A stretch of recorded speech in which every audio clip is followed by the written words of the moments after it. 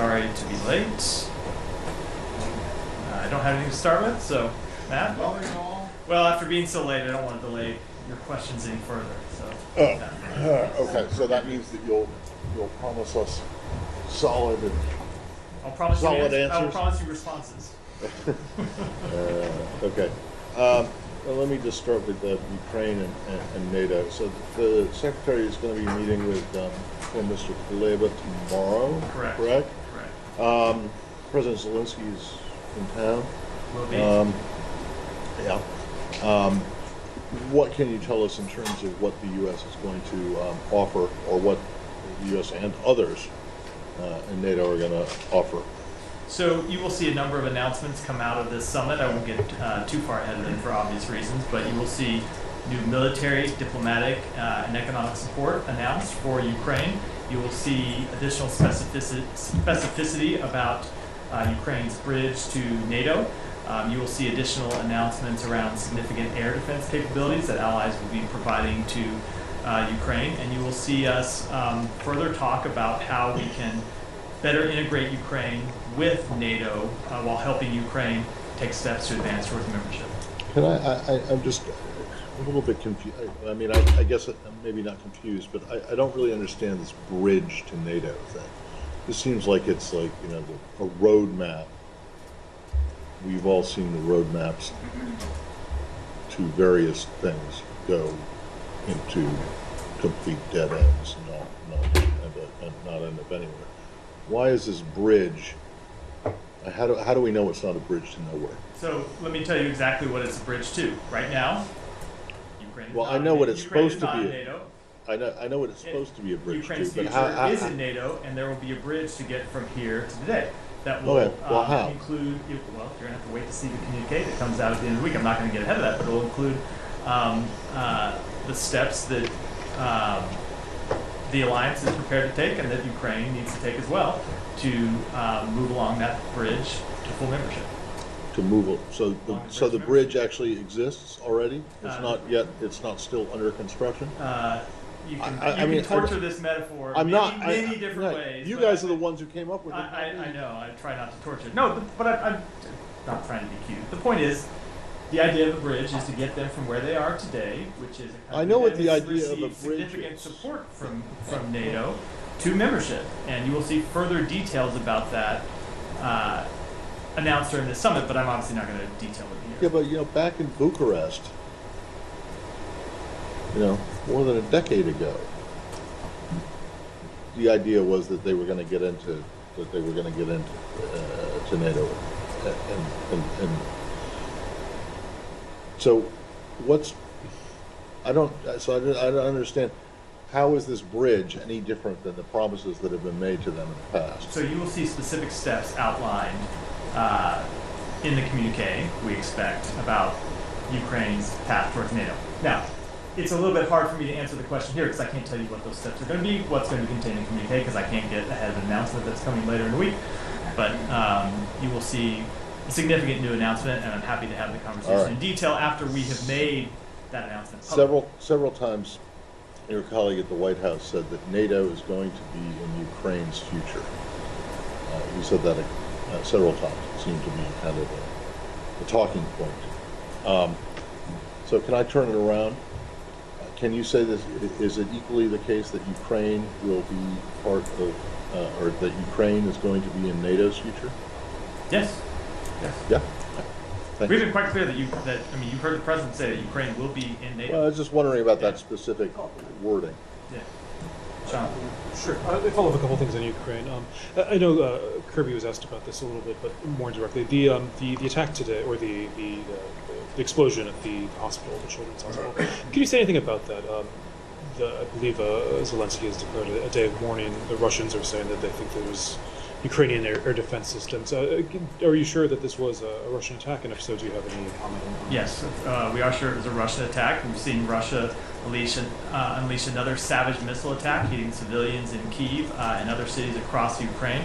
We are seeing reports that at least 23 civilians were killed in Ukraine in these missiles attacks. Just to be clear, these are sites that serve no military purpose. They're not sheltering Ukrainian military assets. They're not sheltering members of the Ukrainian military. These are civilian infrastructure, pure and simple, that cannot, should not, must not be targets of military attacks. But once again, we've seen Putin deliberately attacking civilian infrastructure as part of his bloody war against Ukraine. And so you think it's deliberate? I mean, I guess you can't get in his head, but you think it's deliberate? It wasn't a mistake in targeting? So it's hard to say with any one particular strike, but when you look at the history of Russia continuously targeting civilian infrastructure that bears no legitimate military purpose, then it's hard to conclude it's anything but deliberate. This isn't just one strike. There is a pattern of strikes, as I said, where there are no Ukrainian forces, there are no Ukrainian military assets, and yet you see the Russian military continue to strike them time after time. Could I follow up on Ukraine and some of the diplomacy? The Hungarian Prime Minister was recently in Kyiv and Moscow and Beijing. Do you find anything productive about this? What's your take on it? No, not at all. We find it concerning, in fact. Look, before he traveled to Russia, you did see the Hungarian Prime Minister travel to Ukraine. We thought that was an important thing for him to do. We thought that was a productive step. And we would welcome, of course, actual diplomacy with Russia to make it clear to Russia that they need to respect Ukraine's sovereignty, that they need to respect Ukraine's territorial integrity, but that is not at all what this visit appears to have been. Could I follow up on one more? There's another visitor in Moscow today, Prime Minister Modi of India. Obviously India has a long-standing relationship with Russia. What do you think of the timing of this right before the NATO summit and in light of what's going on? Yeah, so again, we did just see Modi, like Orban, meet with President Zelensky. We thought that was an important step to take. And we would urge India, as we do any country when it engages with Russia, to make clear that any resolution to the conflict in Ukraine needs to be one that respects the UN Charter, that respects Ukraine's territorial integrity, Ukraine's sovereignty, and India is a strategic partner with whom we engage in a full and frank dialogue, and that includes our concerns about the relationship with Russia. Was it? I don't understand your answer to the Orban question. I mean, it's okay and it's good and productive for him to go to see Zelensky in Kyiv, but it's concerning and bad that he goes to see Putin and Xi. Is it only the timing? No. Because there are plenty of people who have been going. If you listen to the answer to my full answer, it's we welcome people engaging with Russia about the war in Ukraine if they make clear to Russia that Russia needs to respect Ukraine's territorial integrity and sovereignty. And that goes to the fact that there is a difference between Ukraine and Russia. There's a difference between engaging with Ukraine and Russia because one side is the aggressor and one side is the victim. So of course we look at their engagement with those two countries differently. Well, yeah, but okay, so do you know for sure that he didn't make those things clear? We have seen no indication that is, including his public statements. And you think that Prime Minister Modi made clear to President Putin? As I just said, do you think that President Erdogan has made clear? So I will look to Prime Minister Modi's public remarks to see what he talked about. But as I said, we made quite clear directly with India our concerns about their relationship with Russia, and so we would hope India and any other country, when they engage with Russia, would make clear that Russia should respect the UN Charter, should respect Ukraine's sovereignty and territorial integrity. And what's the problem with Orban going to see Xi? I wasn't asked about that. I was asked about that. You were asked about that. No, I missed that part of the question. No, wasn't that part of your question? Yeah, but I was asking. I totally missed the Xi part I was talking about. So there's no. So you don't have a problem with. I don't have any comment. We understand that countries engage with China. We, as you know, Secretary Blinken has traveled to China twice. Yes. President Xi. Just follow up briefly on the Modi part of that. So that that the U.S. has dialogue with India about concerns about the relationship with Russia. Were the concerns expressed prior to Modi's visit, and has there been any dialogue before that? We have long made clear those concerns. I mean, specifically about the trip to Moscow. I'm not aware of any conversations specifically about this trip in advance of the trip. Just while we're on the topic of Russia, are you expecting any other provocative actions from Russia this week, given the 75th anniversary of NATO, the gathering in Washington this week? It's very hard to say because it's not like this strike against civilian infrastructure today came out of the blue. It's not like this is the first time that they have done this. So It's hard to know whether this strike was timed to the NATO summit or not, because we've seen strikes from Russia against civilian infrastructure that have killed scores of civilians in previous weeks. So I don't know how to answer that question other than this fits a pattern that we have seen from Russia going back to the outset of this conflict. So I certainly expect that these sorts of strikes would continue. Whether or not they will come this week, whether or not they're related to the NATO summit, I think it's possible to say. And any indication that there's plans for a change to their nuclear posture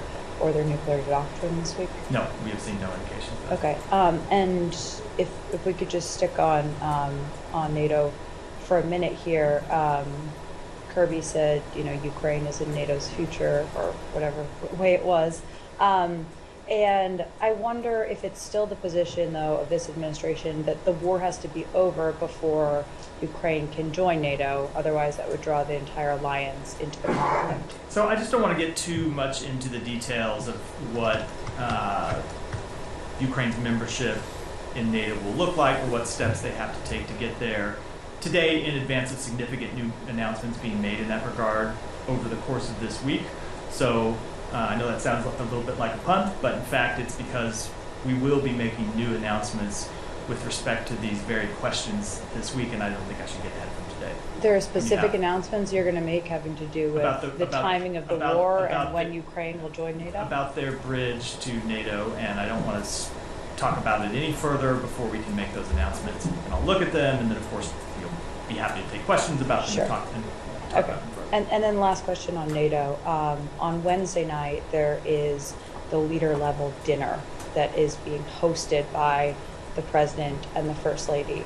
It starts at 6 p.m. Over the weekend, President Biden told governors who had gathered that he's not going to go to any events after 8 p.m., try and get some rest, given some of his challenges with his age.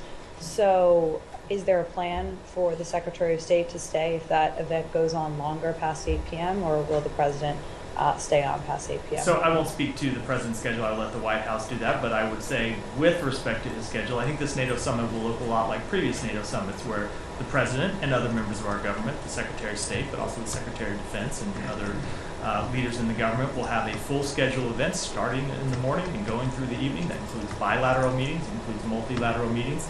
The Secretary will participate in those. With respect to any one event, several days from now, I can't tell you what his participation will be at that dinner, and when it comes to the President, certainly the White House can speak to that. Well, to be fair, at the Vilnius summit, it was the Secretary who went to that dinner instead of the President. Right, but with this one, I'm going to let the White House speak to what the President's exact schedule is. I just don't know. Yeah. Just to follow up on the comments you gave about this strike in Kyiv and in the hospital. Obviously, this has happened very quick, only a few hours ago. Could you talk us through how you're able to come to those kind of solid conclusions about, this is a Russian attack.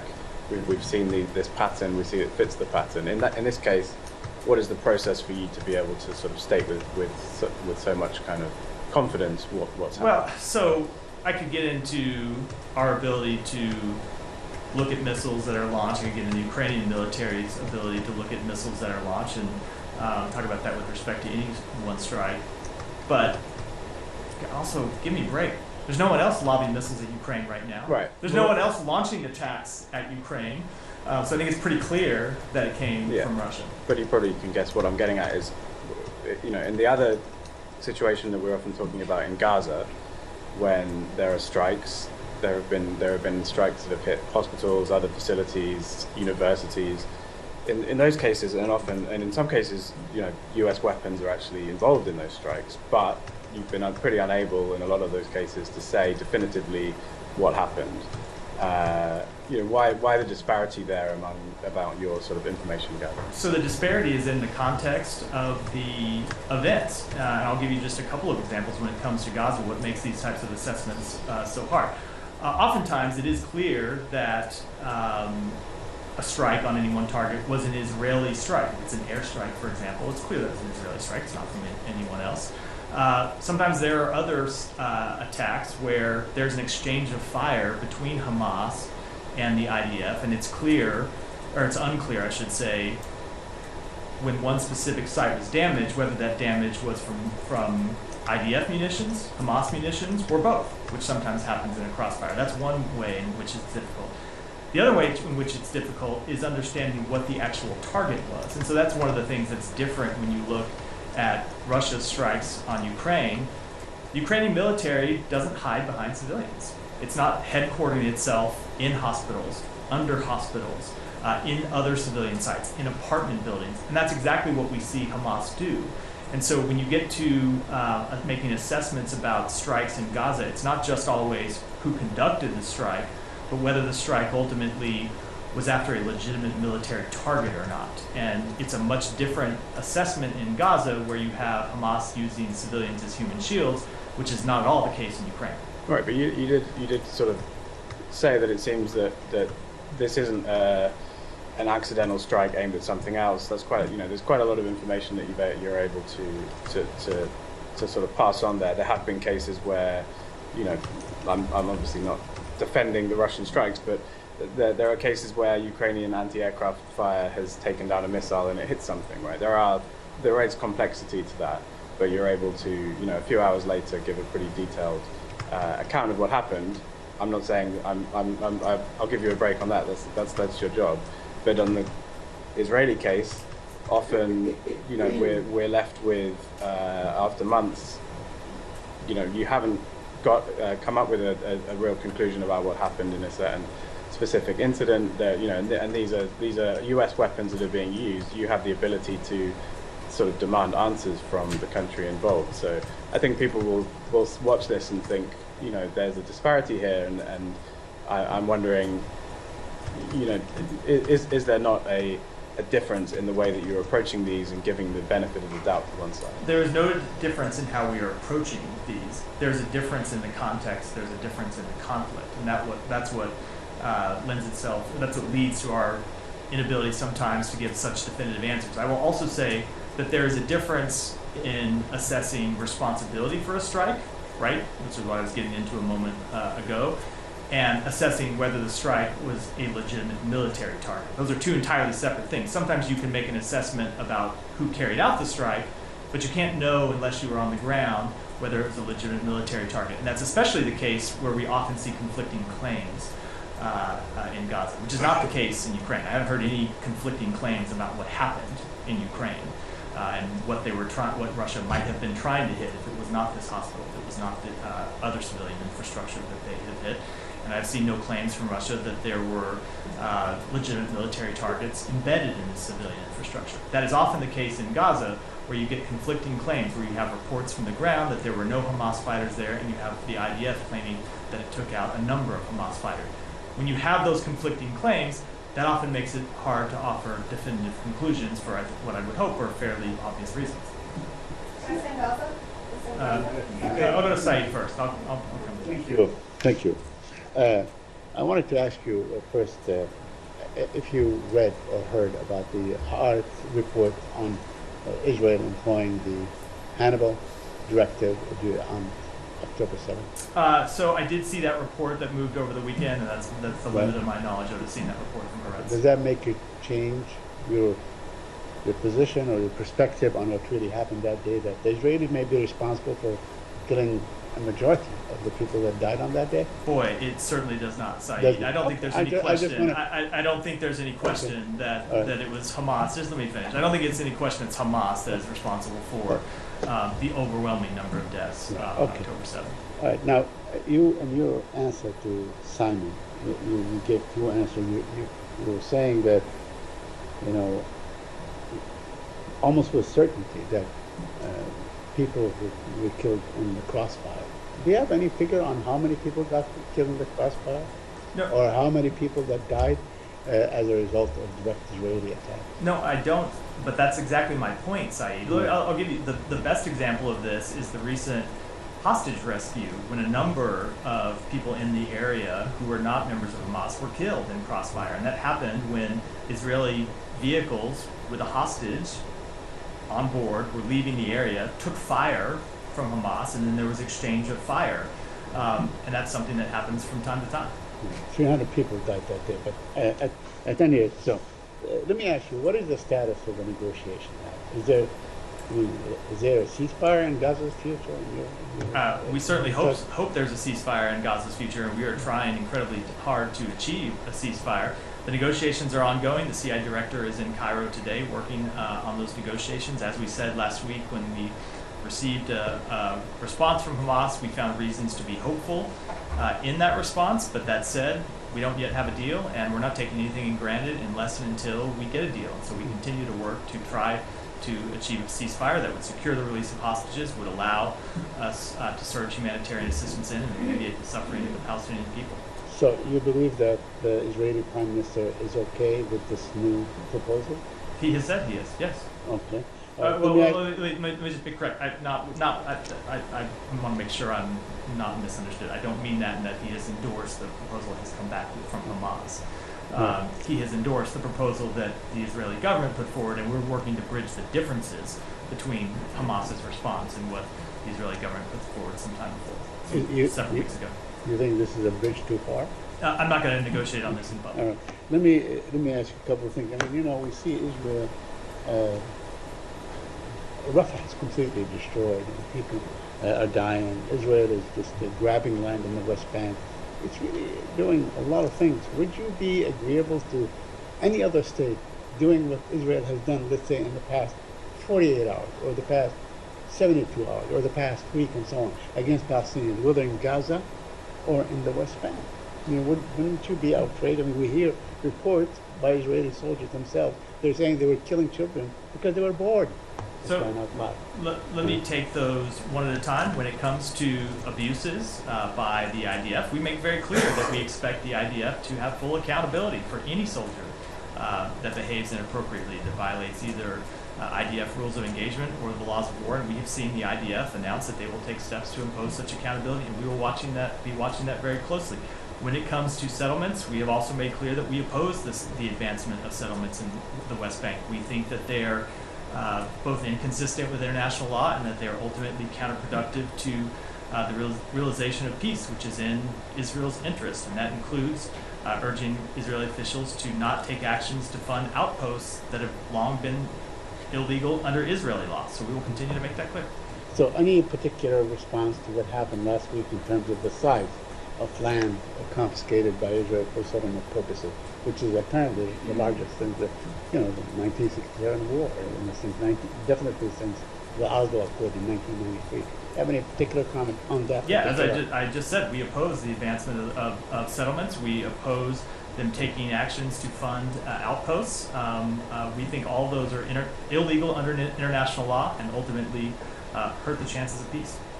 I'll just follow up on the first point of the ceasefire, because there was a list of principles the Israeli Prime Minister, Mr. Netanyahu, his office issued yesterday on the ceasefire, one of which appeared to be a desire, what he said, insisting on resuming fighting until all the objectives of the war have been achieved. I mean, we know that one of his objectives is the complete destruction of Hamas, not just its military existence, but also its administrative governance capabilities and so on, which goes way beyond what the President announced in his May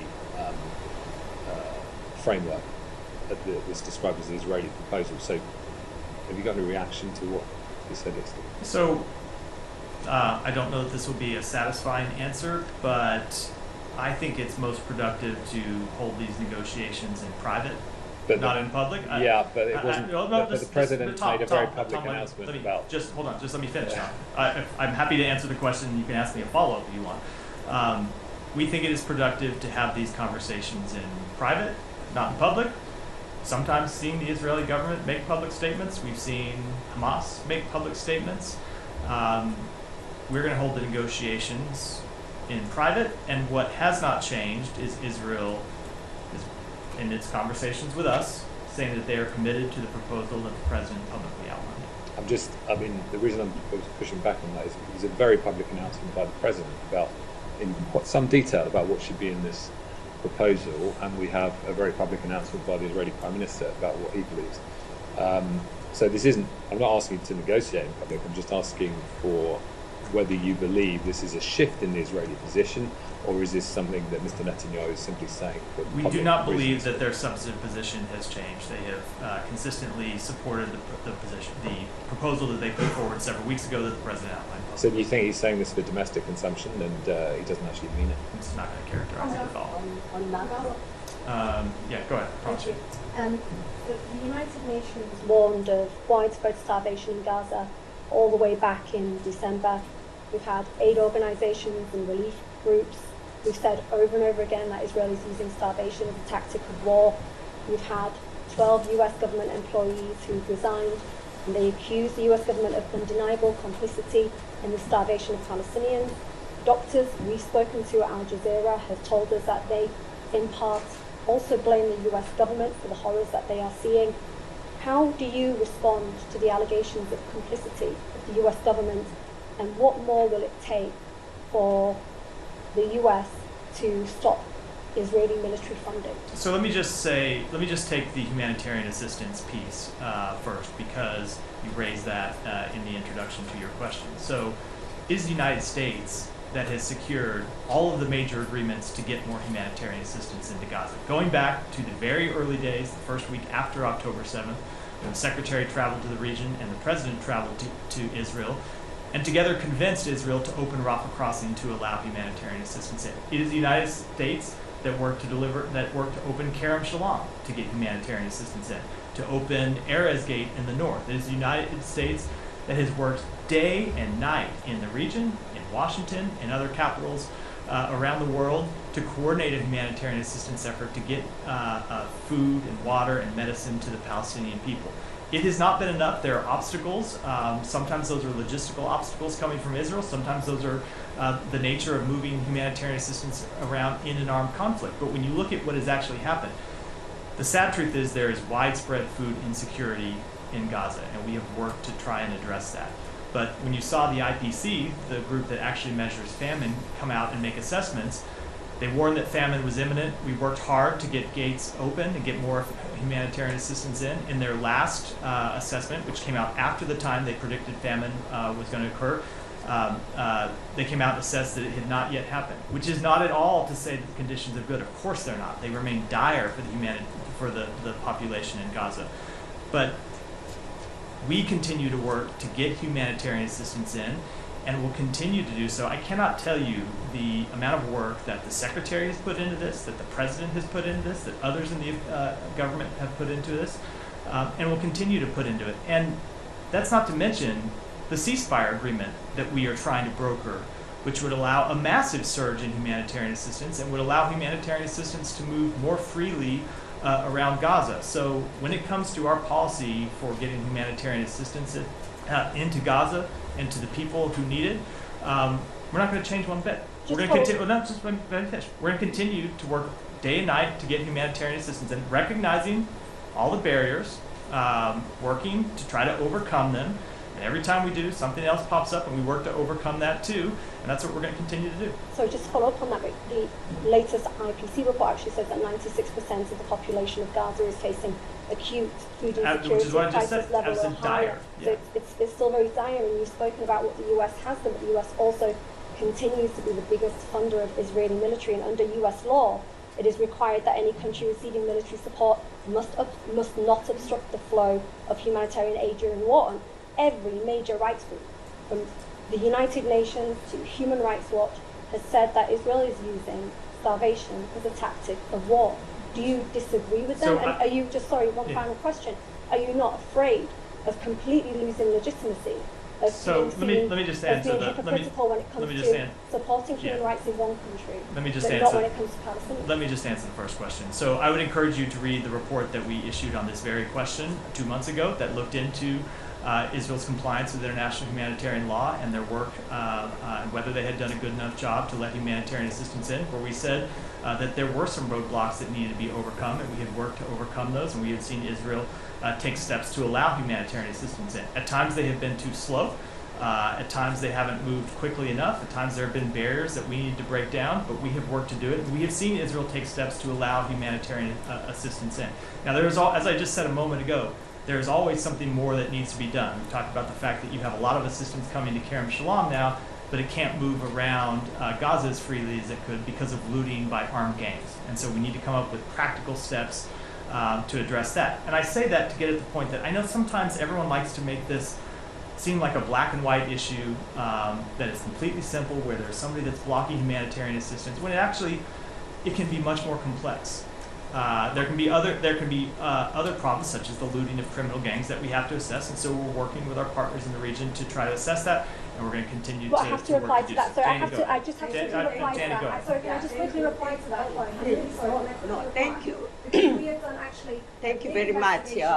On NATO subject, Secretary Blinken recently said that it would be dangerous for Asia Pacific countries such as South Korea and Japan to ignore Russia's invasion of Ukraine.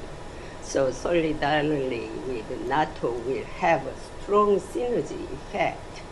Do you think NATO allies, including South Korea, Japan, will reach an agreement on a new security treaty at this NATO summit? So I just don't want to preview any type of the announcements that will come out over the course of the summit. A second question is President Xi Jinping and Russian President Putin recently met at the Shanghai Cooperation Organization conference, and the pledged to work together to fight competition with the United States.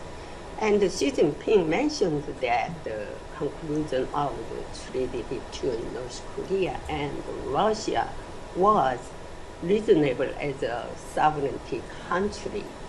How can you react to this? Repeat the last sentence of the question again, just the very end of the question. The second one? Yeah, just the end, not the time.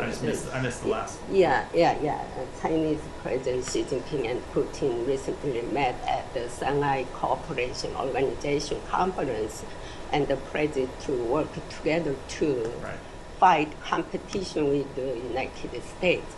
And Xi Jinping mentioned that the conclusion of the treaty between North Korea and Russia was reasonable as a sovereign country.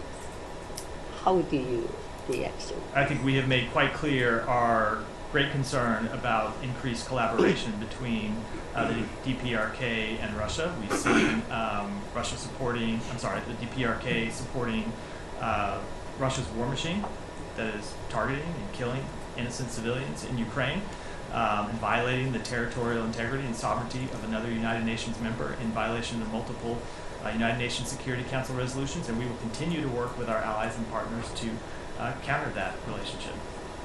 Thank you. Thank you. Thank you, Mike. A couple of questions about today's possibility, but before that, the metaphor that you're using, the bridge, just to understand, how far you're going to go, how it's going to be different from last year. Look, every bridge starts. You can torture a metaphor to death sometimes. No, just to understand, every bridge starts with a blueprint. Does that mean that the Biden administration has a clear strategy, a plan for Ukraine to become a member of NATO? I'm going to answer this question the way I did some of the others, which is, you should not expect me to speak in detail about announcements that will be made by the president and other heads of state later this week at the NATO summit. So you will hear concrete announcements from the NATO heads of state in the summit about what that bridge looks like. And as frustrating as I know it is, on Monday, when we have this summit starting over the next couple of days, I'm just not going to get ahead of it here. Fair enough. A couple of questions on the hospital attack. You said that it's clear that it came from Russia. You said that it is deliberate. You stopped short saying that it's a terror attack, because that's what you described. So isn't it an act of terrorism? It is a deliberate targeting of innocent civilians, is our judgment. I know where you're going with the question. Our position on designation of state sponsor of terrorism has not changed.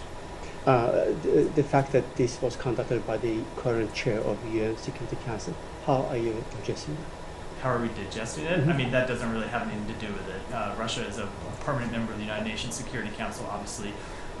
They become the chair on a regular basis of the UN Security Council. That doesn't change in any way the horrific nature of their actions, and of course it doesn't give legitimacy to them at all.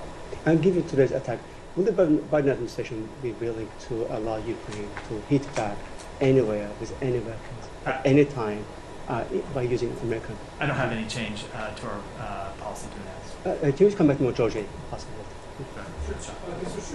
Yeah. The new president, President-elect of Iran, Pezeshkian, he said in some of his first remarks that he wants to. I mean, the tone is very different from his predecessor, saying he wants to reach out to the U.S. or to the West and have a better relationship. How does the U.S. see that? I mean, is there? I mean, this administration obviously at the beginning wanted to restore the JCPOA. Could there be a return to that? So we have no expectations that this election will lead to a fundamental change in Iran's direction or its policies. At the end of the day, it's not the president that has the ultimate say over the future of Iran's policy. It is the supreme leader. And of course, we have seen the direction that he has chosen to take Iran in. Obviously, if the new president had the authority to make steps to curtail Iran's nuclear program, to stop funding terrorism, to stop destabilizing activities in the region, those would be steps that we would welcome. But needless to say, we don't have any expectation that that's what's likely to ensue. Okay, no expectations. Does that mean you're willing to try him out to see if would you be open to testing the waters with the new president? So let's let him take office first. I don't have anything to announce today. We have always said that diplomacy is the most effective way to achieve an effective, sustainable solution with regard to Iran's nuclear program. One of the issues with which we have great concerns, obviously, and nothing about the election has changed that. But we have also made clear that we are far from any kind of meaningful diplomatic resolution right now, given Iran's escalation across the board. Do you have a comment on China and Belarus right now doing joint military drills just ahead of the NATO summit? Let me take that one back and get you an answer. Thank you. Yeah, thank you, Matt. A question on Turkish military operation in Iraq and Kurdistan region. Turkey has advanced 9 miles deep into the Kurdistan region territory and carried out more than 1,000 strikes so far this year, and including today they attacked 3 people in Shingal. Do you agree the way Turkey is dealing with the situation in Kurdistan region in fighting PKK? And the second one, this conflict has a huge impact on villagers and the civilian people and a wider impact in the region. Has the United States ever reached Ankara, Baghdad, Erbil to come over the situation and dealing with that situation? So we have urged the government of Turkey to coordinate with Iraqi and IKR authorities on cross-border military operations and to protect civilians from harm. We also recognize the ongoing threat posed by the PPK, and but that said, we call on the Turkish government to coordinate military operations with the governments of Iraq, Kurdish regional government, and other local authorities. And do you agree with the Turkish operation in the Kurdistan region to fight in PKK? I just don't have any comment other than the one that I just made. So, going back to the missile attacks. So, Polish Prime Minister Donald Tusk, in his meeting with President Zelensky today, said that he wants to be able to shoot down Russian missiles that are going in the direction of Poland and do it over the Ukrainian airspace. But he said that he would need an agreement from NATO or from some other international body. Do you think is that an idea that's worth discussing, or do you think I don't have any changes when it comes to either U.S. policy or NATO policy to announce today. But obviously, anytime a NATO member wants to raise a policy, they have the ability to do so and discuss it with other heads of state. They'll have a summit this week, and I'm sure that is something that can be discussed if you'd like to do so. Yeah.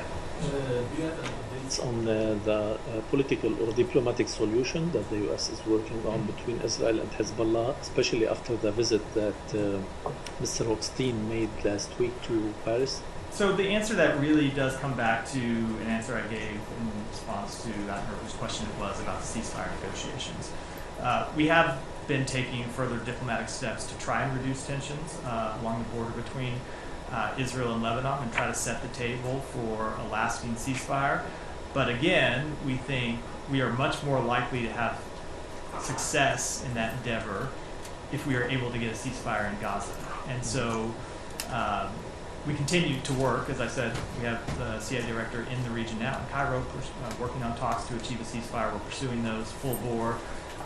Doesn't mean the work stops on trying to achieve a climb down along the Israel-Lebanon border, but it's just much more difficult without getting a ceasefire in Gaza first. And one more on the death of President Assad's advisor this week or last week. Do you have any? No, I don't have any comment on it at all. Yes. We'll come back to the humanitarian situation in Gaza, given some of your answers earlier. You mentioned the IPC report. So one of the things that report said was that a lot of the progress that had been made after you kind of gave this ultimatum to the Israelis about opening new gates and things had actually been reversed by the Israeli operation in Rafah. There was a lot of talk about that operation in Rafah. A major operation in Rafah shouldn't go ahead. Some kind of operation did go ahead. You haven't said it's a major operation, and foreign journalists have been taken there by the Israelis for the first time. I think a lot of people have seen the images. You still stick with this assessment that this wasn't a major operation, given some of the destruction, noting that these journalists were taken in by the Israelis, so they were only able to see what the Israelis wanted them to see, and if you see the footage, it looks, pretty devastating. Let me just say something about the humanitarian situation first before I get to that. So, without a doubt, the situation remains incredibly challenging, and some of the metrics have gone down since, say, 6 weeks ago, when we were getting a much steadier flow in through a number of different challenges. A big reason for that, as I said, is the just lawlessness outside of Kerem Shalom in southern Gaza that has made it very difficult to deliver humanitarian assistance around. So it's this really frustrating problem where you address one challenge, you get enough humanitarian assistance to the gate, which for a while is part of the problem, and then you have a difficulty moving it beyond the gate into Gaza. The point I was making is that we had gotten the situation somewhat stabilized. It had stopped getting worse, and we were at the point where we were trying to make it better, and we continue to try to make it better, and that is an ongoing challenge that we're all working hard on. When it comes to Rafah, no, nothing has changed. What we made clear is we did not want to see the type of military operation that looked like the military operations we saw in Gaza City, we saw in Khan Yunis, where you had mass civilian casualties. You had, in some neighborhoods, almost complete and total destruction. And the Rafah operation has looked different, which is not to say at all that there has not been destruction. Of course there has. There have been a great number of homes and other facilities that have been destroyed. The damage in Rafah does not appear to be as great, and we'll have there'll be assessments of this over time. It does not appear to be as great as those in Khan Yunis and those in Gaza City. And notably, the civilian harm has been reduced in operations. If you just look at the number of civilian casualties, I should say the number of casualties. It's often, when you get the number from the Gaza Health Ministry, it's impossible oftentimes to differentiate between civilians and militants. The casualty number has come down dramatically over the past few months, which isn't to say there aren't still civilians being killed. There are, and any number is unacceptable. We want to see that number go to zero. But the operation has, just in terms of the results, looked different than the operations in Gaza City and Khan Yunis. All that said, we want to get a ceasefire so we see an end to the death and destruction in Rafah and elsewhere in Gaza. I think a lot of people would say the way that you gave a very strong warning, a very clear warning, don't go into Rafah. We can debate whether it's a major operation, but there is still a huge amount of destruction, hundreds of thousands of people displaced. Yeah, the death toll might be a little bit lower, but there's still a rising death toll.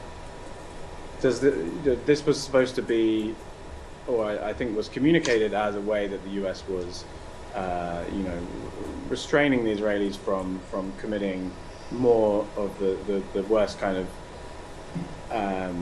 or creating the worst kind of images that we'd seen earlier on in the war, and worsening the humanitarian situation. The humanitarian situation has got worse as a result of the operation. Yeah, maybe it falls short of some category for a major operation, but doesn't this... Basically, what has happened is that Israel has gone ahead with almost what you were telling them not to. So it is a different operation than what they were initially planning, and is a different operation than the one that we were very much making clear we were opposed to. It's not to say that we have agreed with every tactic they have pursued, that we have agreed with every strike.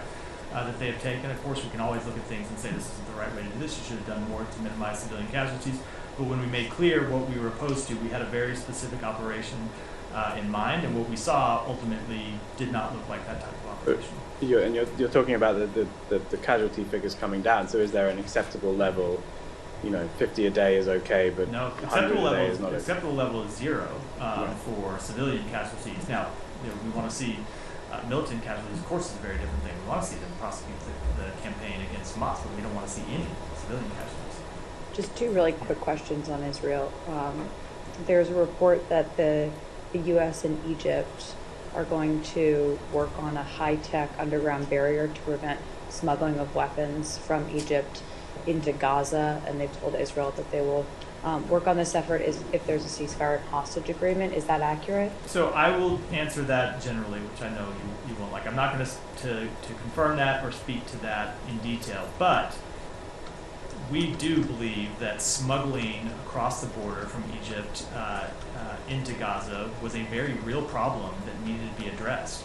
It's one of the ways that Hamas was able to arm itself, that Hamas was able to fund itself, and that presented a legitimate security challenge to the government of Israel, and it also makes it difficult to ever achieve peace for the Palestinian people. If you see Hamas having the ability to arm itself and re-equip reconstitute its terrorist infrastructure. So we have been working on proposals with the government of Egypt, with the government of Israel, on how you could address that challenge, but I'm not going to confirm the specifics of any one proposal. Okay, and you said it was a real problem. Is it no longer a real problem? I was speaking to the pre-October 7th context. Sure, but this is still presumably an issue. So Israel has control of that stretch of Gaza now, and I'm not going to give a definitive assessment that there's no smuggling coming in, but you've seen the Rafah border crossing shut down completely, something we opposed, and you've seen Israel going in and shutting down smuggling tunnels. I can't tell you whether smuggling has been completely eliminated,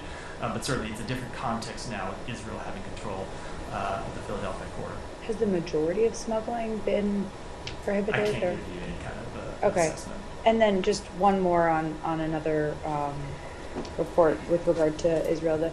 Over the weekend, there was a Hezbollah missile attack towards Israel, and according to a local medical center, there was an American citizen who was injured.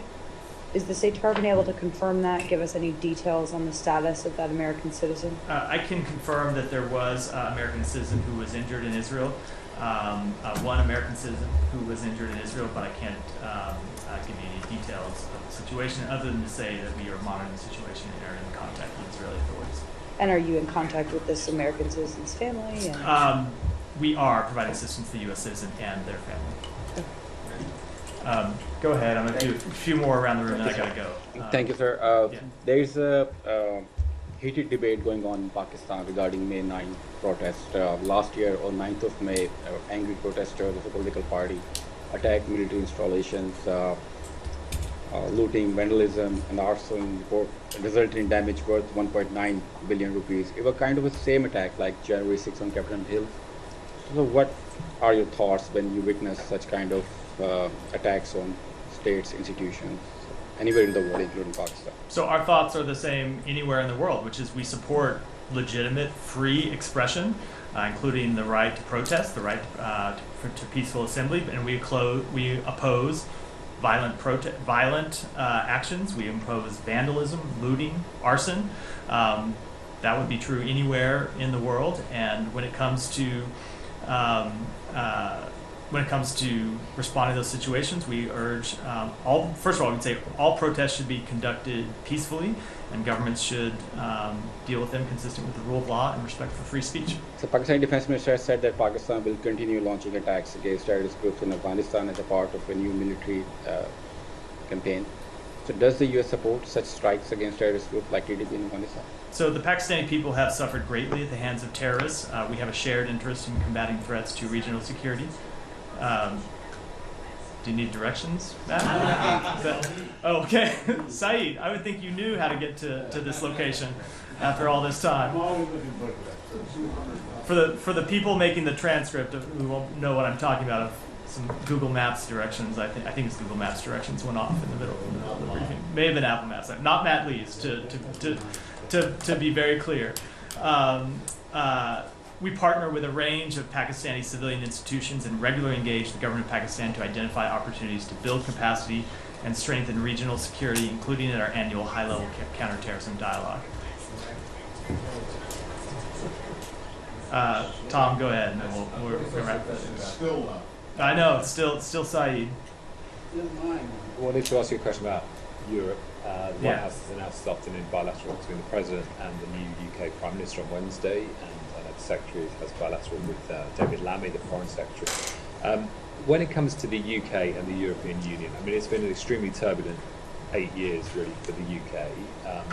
The Obama administration, when the current President was Vice President, made no secret of what they thought about that referendum in the run-up to it. And I just wonder how you look at this, what you be thinking when this UK delegation is here about the UK's place in Europe, because it's strategically very important for the Europeans and for the US-European relationship. Do you see this as the start of a new chapter?